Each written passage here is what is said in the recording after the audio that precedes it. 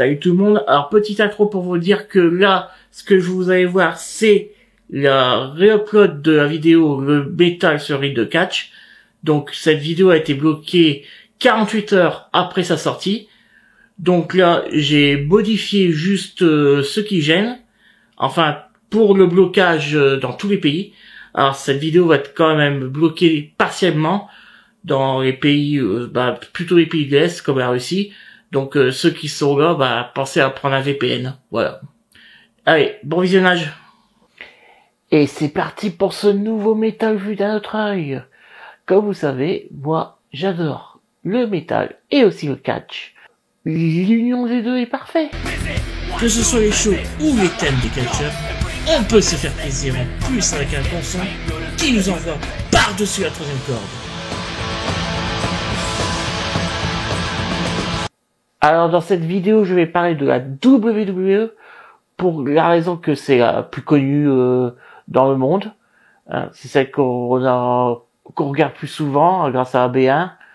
Mais je vais aussi citer des catcheurs qui sont ailleurs que la WWE.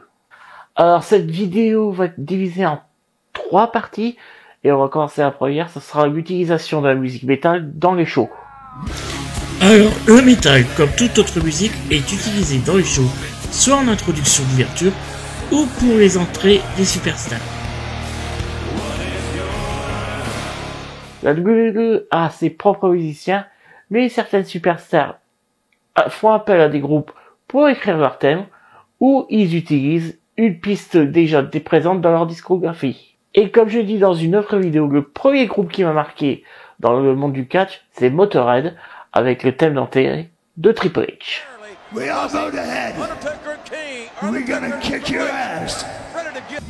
En 2001, on a pu entendre le titre The Game à WrestleMania 17 en live, puis en 2005 pour WrestleMania 21. En 2003, Triple H demande à Amy un nouveau thème pour son camp Evolution, Line in the Sand.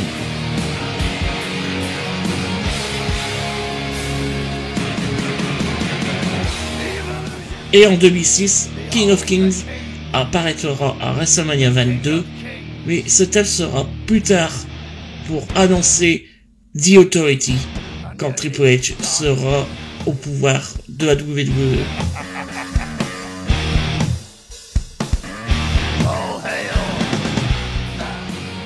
Le jour de la disparition de Amy, la WWE lui a rendu hommage et Triple H fera le déplacement le jour de ses funérailles pour dire au revoir à son daddy. D'ailleurs, le titre The Game sera repris et transformé par le groupe Drowning Pool lors de WrestleMania 18 en live.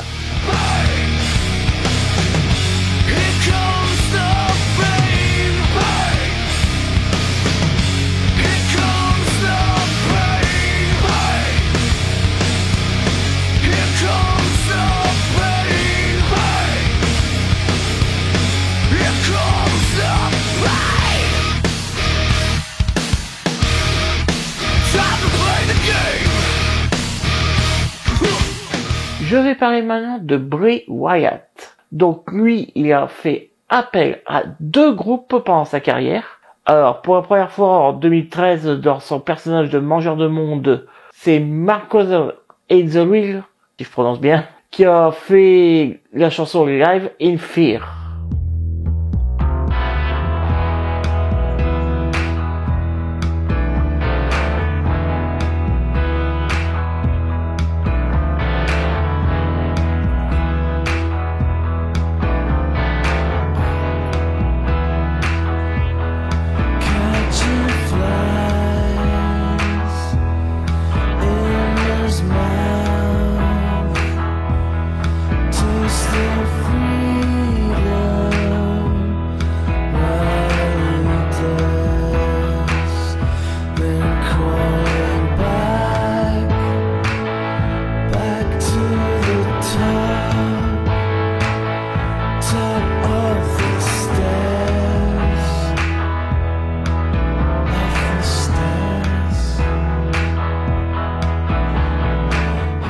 En 2019, son personnage évolue, il devient The Fiend, et c'est Code Orange qui reprend la chanson Live in Fear, mais cette fois a été transformé pour être un peu plus agressif, et ça devient Red Mean.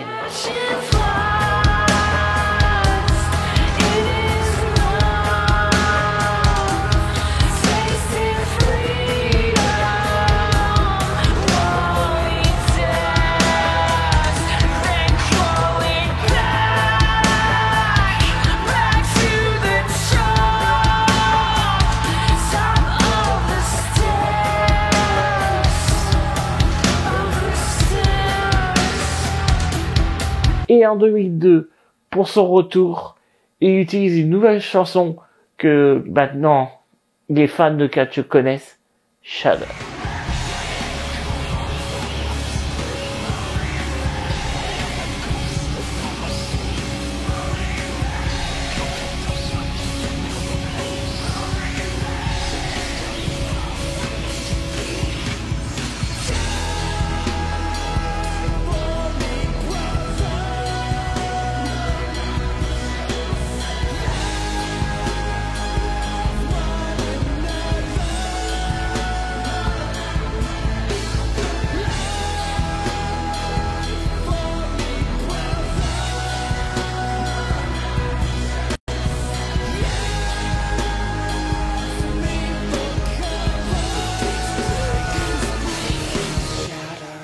Ça y va, encore un groupe que j'ai connu grâce au catch.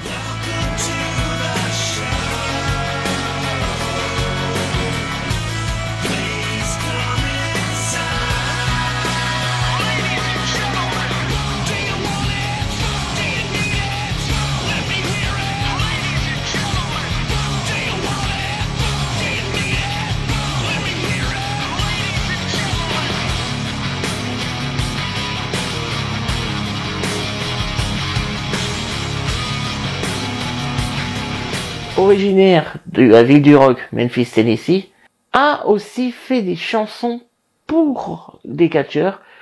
Ah, c'est comme ça qu'il a plus ou moins se fait connaître grâce à la WWE. Alors, ils ont fait les superstars qu'ils ont, utilisé ces chansons, c'est les Dudley Boys,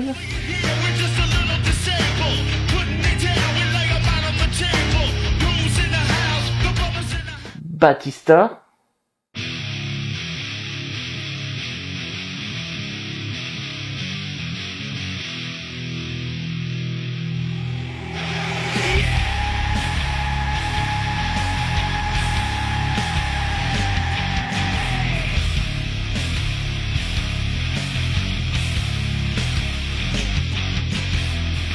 et une fois en live, c'était Chris Jericho.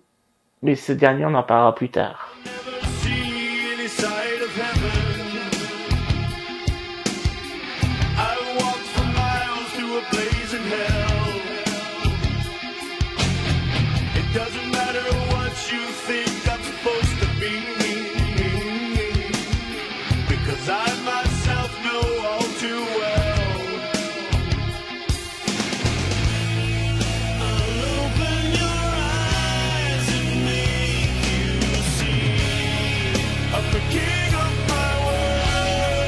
Maintenant, je vais parler d'un groupe dont plusieurs catcheurs actuellement utilisent leur musique, c'est Don't Stay. Alors, Don't Stay, c'est simple.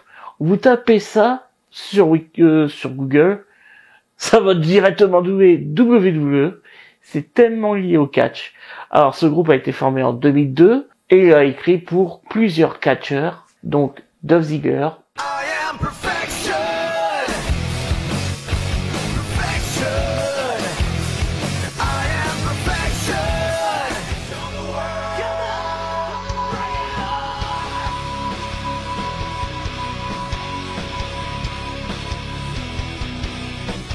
The Miz.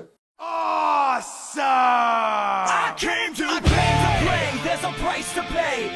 Time for you to get down on your knees and pray. I came to say goodbye to the good old days. They're never coming back. Watch your future. I came to play. Et Cody Rhodes. In my soul, every fight out of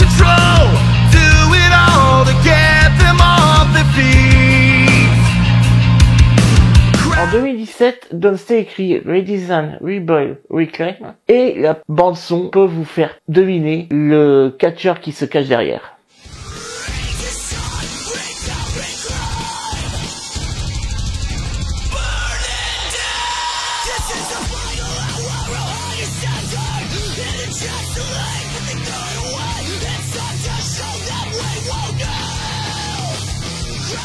Bon là, je vous ai parlé de catcheurs qu'ils ont demandé à des groupes d'écrire leur thème. Mais certains, ils ont pas besoin. Ils ont juste choisi leur musique préférée ou je sais pas quoi pour faire leur thème. Voici un petit medley.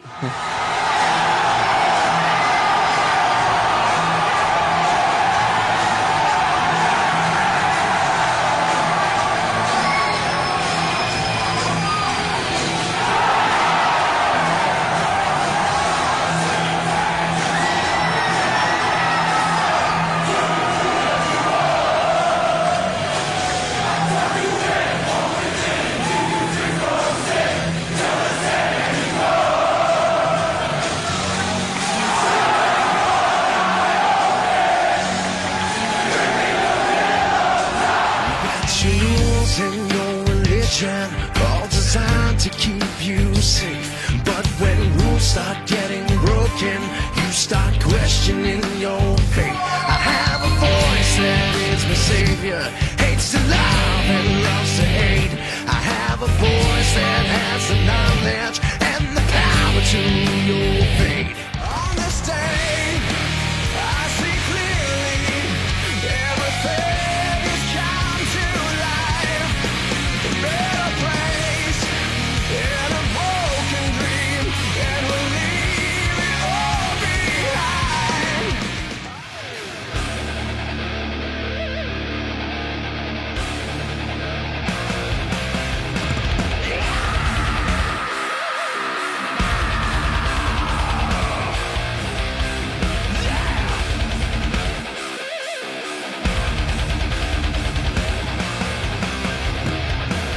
Alors maintenant, on va parler des shows. Alors, durant l'Attitude Era et la Ruthless Aggression Era de la WWE, on avait beaucoup de métal.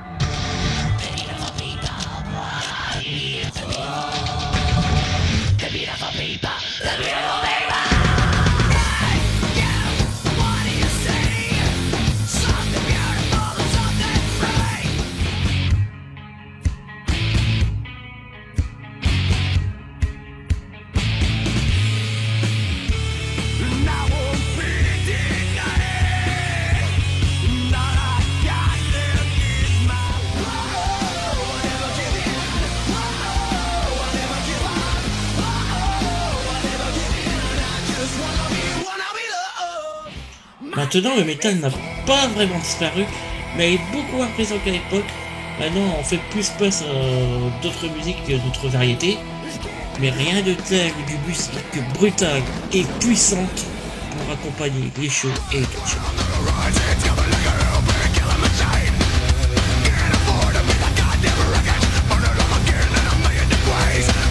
Je vais vous parler maintenant d'un certain prince des ténèbres qui a été introduit au temple de la renommée, le Hall of Fame de la WWE, Ozzy Osbourne. Ozzy est apparu dans le monde du catch à WrestleMania 2 en 1986. Il a été manager avec Captain Lou Albano de The Dream Team, c'est Greg Valentine et Brutus Beefcake, dont ces derniers affrontaient pour les titres par équipe les British Bulldogs, Davey Boy Smith et Dynamite Kid. En 2007, il fait la promo de son album Black Rain lors d'un SmackDown en jouant I Don't Wanna Stop.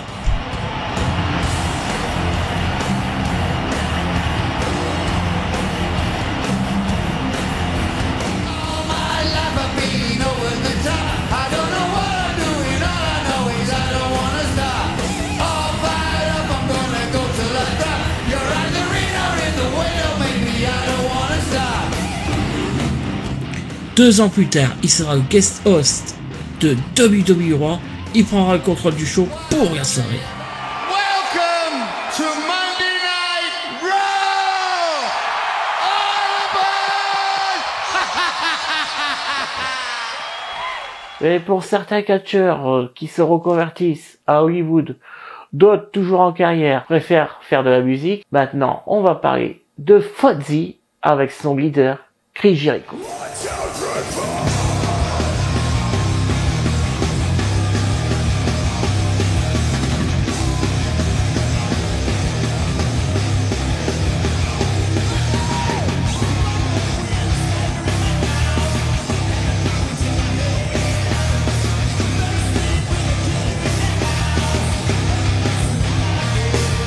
De son vrai nom, Christopher Kate Hervin, il commença sa carrière de lutteur professionnel en 1990 en allant au Japon, même au Canada, bien sûr, c'est au Canada qui s'est entraîné dans le Donjon des Hearts. Alors, un petit bref passage à WCW en 1999, il arrive à la WWE, mais c'est aussi cette année-là qu'il crée son groupe Fozzy. À un moment nommé Fozzy Osbourne, en hommage à Ozzy Osbourne, le groupe sort 2 albums, Fozzy en 2000 et Happenstance en 2002. Ce sont des albums dits de reprise, mais le groupe inclut, bien sûr, quelques titres, bien sûr, de leur cru.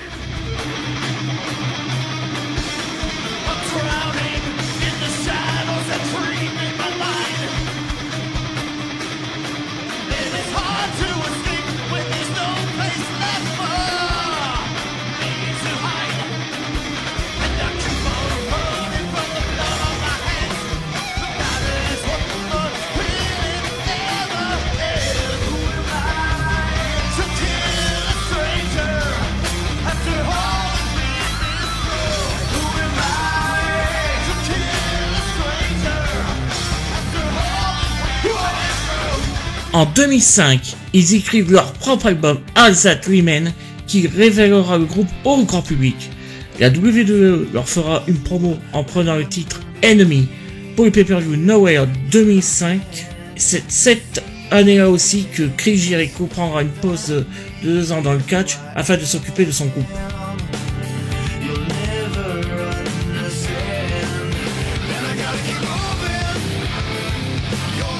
Alors, je vais pas refaire la discographie du groupe, mais faut savoir que il y a qu'un seul titre que je vais retenir d'eux, c'est Judas, écrit en 2017.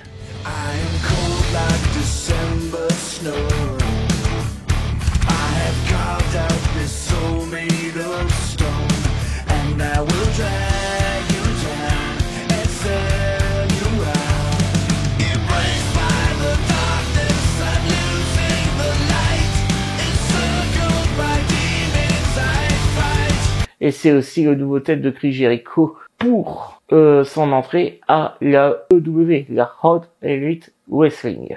Et le pire, c'est que tout le public à son entrée chante sa chanson, ça donne vraiment des frissons dans le dos. Took 7 stitches from a headbutt. Yeah. But here's the thing. The champion's here. He's sewed up. He looks at this as just another challenge. But that is not just another challenger. A match not just for revenge, not just for a world championship, but possibly for control of the future of AEW. En tout cas, Fozzy, c'est un groupe que j'adore. Ils ont déjà passé en France à l'Olympia, à Montmartre. Mais bon, un petit passage au FS. Donc, un petit appel au prod de FS. Invitez un de ces jours, ça leur fera, il y en a beaucoup qui connaissent aussi, hein, Wellfest, hein, je peux vous en dire que ça fera plaisir à certains de vos fans.